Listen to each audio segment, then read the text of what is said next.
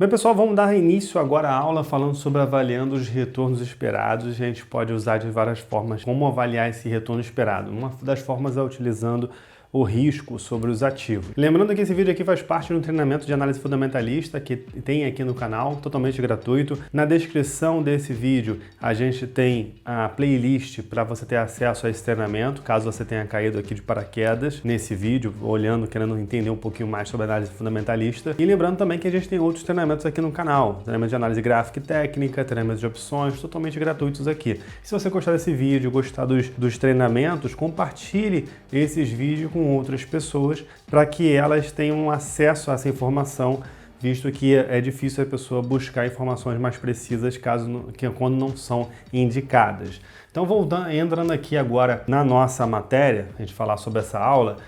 Se você entender essa aula aqui, você tem que ter visto as aulas anteriores para saber o porquê eu estou chegando aqui nesse momento. E para dar continuidade a essa aula, vai ter as outras lá na frente que a gente vai estar estudando. A gente tem que entender um pouquinho sobre como é que a gente vai avaliar o retorno sobre o negócio, sobre as empresas, né?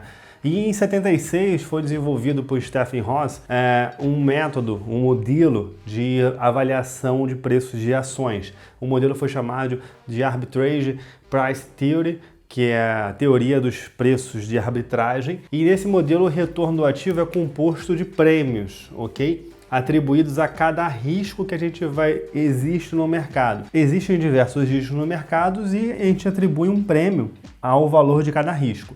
E aí o que acontece? Depois, com o passar do tempo, em 2002 teve uma outra publicação de Ross, onde ele falou que o mercado ele prefere utilizar apenas um fator único, ok? E qual é o nosso fator único hoje na Bolsa Brasileira? Seria o nosso Ibovespa, porque o nosso Ibovespa já é uma ponderação de preços, ok? Ponderação de ativos dentro da cesta do Ibov e que já vem diluído aquele risco que a gente fala, atribui um prêmio já ao risco, então seria essa ponderação. Então, cada ativo dentro do Ibov, aí já tem uma atribuição de risco e um prêmio sobre aquele risco. E então, hoje, no nosso modelo interno, a gente poderia utilizar, é interessante a gente utilizar o Ibov. No mercado externo, seria Dow Jones ou S&P 500, enfim, aí você teria que ver qual o ativo que você está negociando e qual bolsa ele está inserida, né? Então, utilizando um único índice de retorno comum ao mercado, foi o que eu falei para vocês. Qual o único índice comum que a gente tem hoje no mercado brasileiro? Seria o Ibov. E qual é o modelo que a gente utiliza hoje no mercado, né?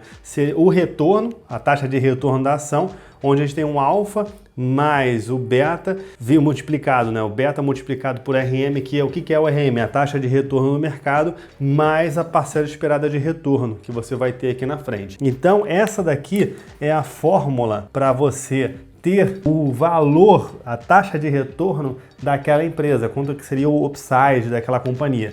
Então, essa daqui é a fórmula. E aí, para você chegar na conclusão dessa fórmula, pegar essa fórmula aqui e aplicar ela, primeiro você vai ter que saber, né, o que é o R, taxa de retorno da ação. O alfa é um intercepto. O que é o intercepto? É a regressão que vai de RE, que é o risco específico do ativo, menos o beta, ok, do ativo aqui, multiplicado por RM. Depois você tem um RM, que é a taxa de retorno no mercado, e o E aqui, que seria o risco específico do ativo, e o RE é a parcela esperada do retorno. Como é que você vai utilizar essa fórmula aqui para você achar o retorno do ativo? Você vai ter que aprender agora, nas próximas aulas, alguns dados de estatísticas para você utilizar no mercado de ações, no mercado que a gente está estudando. Então, para você fazer essas contas, você tem que ter uma base de estatística. Qual seria essa base de estatística? Você tem que calcular a regressão linear, tem que aprender a calcular, tem que calcular a covariância, tem que calcular o desvio padrão e a variância também, que tem que aprender a calcular. Então, quer dizer, isso a gente vai ver agora nas próximas aulas, como a gente calcula individualmente cada um, para depois a gente voltar para esse assunto e aí a gente pegar um contexto geral para poder fazer uma avaliação de uma determinada empresa para fazer ao grau de taxa de retorno daquela empresa para aquilo. Então, nas próximas aulas, a gente vai aprender um pouco mais sobre estatísticas, voltado para cá. Não quero que você entenda completamente e saia daqui um estatístico, por exemplo, ou um contador, como a gente falou no início das aulas de balanço. Quero que você saiba que existe, o que é cada um, e aí depois como você vai estar aplicando isso dentro de uma plataforma. Qual a plataforma que todo mundo utiliza para fazer suas contas com maior rapidez? É o Excel. Você vai utilizar dentro de planilhas do Excel as ferramentas existentes lá, das fórmulas existentes, para poder você achar esses resultados. Então tudo tem que ser planilhado. Daqui para frente a gente vai utilizar bastante planilha, bastante dados para poder você entender como é que você vai estar utilizando essas fórmulas dentro da planilha do Excel. Então você tem que saber que existe e depois você vai ter que saber aplicar isso dentro de uma planilha do Excel.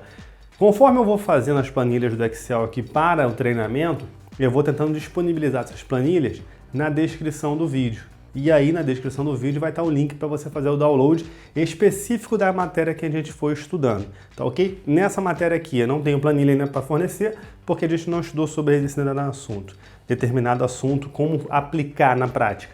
Aqui você está entendendo a teoria.